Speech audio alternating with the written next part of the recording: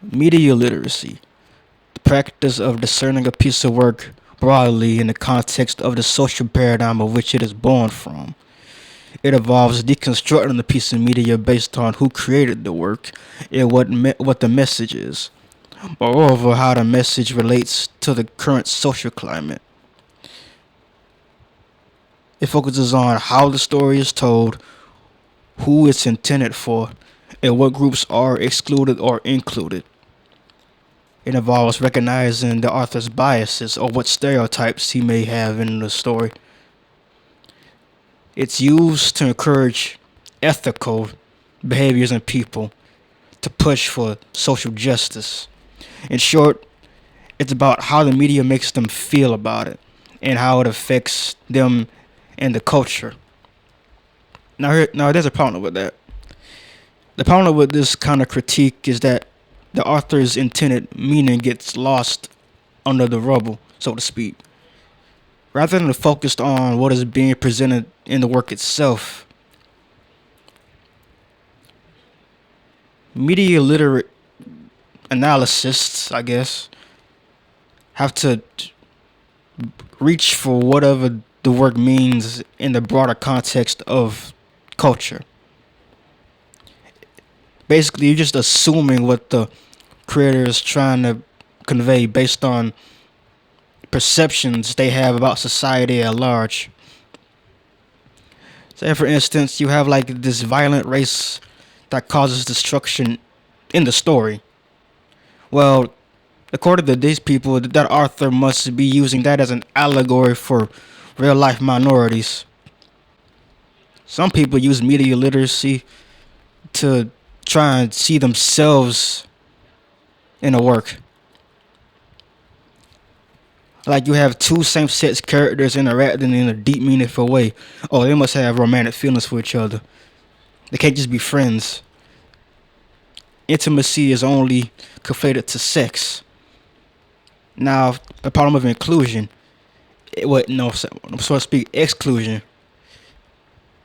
If you exclude a group of people or some kind of marginalized group from a story, that creator is problematic.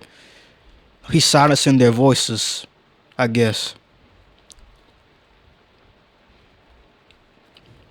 Now, how it affects writing. For a work to even be seemingly acceptable to these people, it must include every possible identity and every possible tick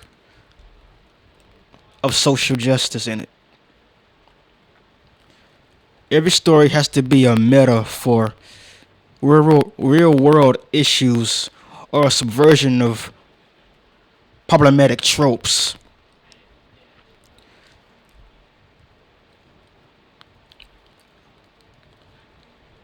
Now, the defenders of these stories usually swat away any genuine criticism of the work. Say, for instance, you have a story where you have the characters commit crimes in the names because of injustices that have been laid upon them. The story seems to always justify every action without consequence because they've been wronged. And when someone points this out, well, they'll just say you didn't interpret that correctly or you have no media literacy. These stories can't even present these issues in a nuanced way. There's no imagination in them. Everything is like in a binary to these people. Now, I had an experience with this. Back in the day, I watched a show called Ruby. For those that don't know, Ruby was a Western anime based on four girls who are based on grim fairy tales, and they fight monsters. Like one scene that sticks with me is the scene in which Blake Belladonna and Yang Xiaolong are in a classroom. Yang confronts Blake about her obsession with taking down Roman Torchwood, the villain at the time. Yang tries to convince Blake to slow down in her pursuit of going after the man to go to the dance with their friends. And after a little back and forth, things got a little heated. The scene ends with Yang hugging Blake, cementing a very intimate moment between them. very deep moment between them. Now, to most people, that's just a deep moment between friends. A bond strengthening moment between two friends, right? But to some, however, they didn't see it that way. They saw it as, oh, these people, these two characters have deep romantic feelings for each other. And I looked into these fandoms, and that's what made them concluded.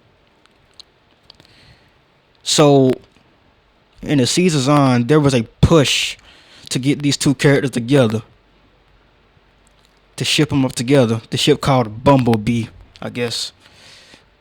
And what makes this thing weird to me is that there was another character named Sun Wukong who also had ties to Blake. Now, I believe they had real romantic tension between those two because every scene between them was kind of flirtatious and open. And yeah, they had their tense moments. But I really believe that those two was a romantic direction. But instead, we ended up with Blake and Yang because the fans wanted it that way. The fans directly influenced the direction of the show based on one scene in that show. Now, RWBY came out at a time where LGBT movement was gaining traction. They were gaining influence in society. And I believe those who saw the connection between Blake and Yang as romantic, I believe they just wanted to be represented. They just wanted to see themselves in the story, so that's how they came to that conclusion. That's my belief. And from that moment on, every decision they made was to appease these shippers who wanted to be seen in this story. But, beyond shipping, beyond that, it's the issue of this postmodern, inversion of good and evil. Like the reveal of Salem.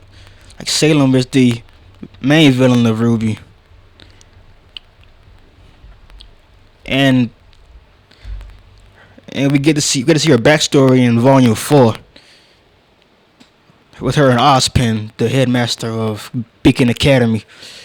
Now, Salem was this immortal who had a raw deal at life, and all she wanted was companionship. So she was given Ozpin, and when she was denied Ozpin, she lashed out at the world.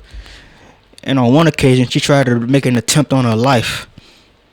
Eventually, they were together and they had children. Now, I have forgotten what caused the schism between the two, but in the end, she lashes out at Ozpin, burning down their home with their children inside. And after all of that, the characters in the story decided that Ozpin was the real villain.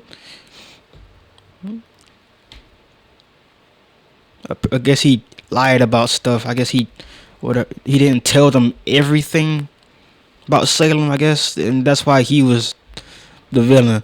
And Salem was kind of portrayed as this sympathetic figure, but they didn't really do a good job. Like, in my eyes, she's selfish and uses her trials to justify her evil actions.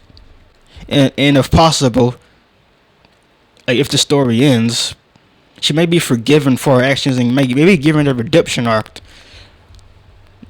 And even though she probably made she didn't repent for anything she done, just forgiven just because she's not really all that bad. I can see that happening, but I'm probably wrong. I dropped the series after the 6th volume, so I don't know. So yeah, I don't really trust any piece of media that comes out today from the mainstream. Good and evil has been inverted.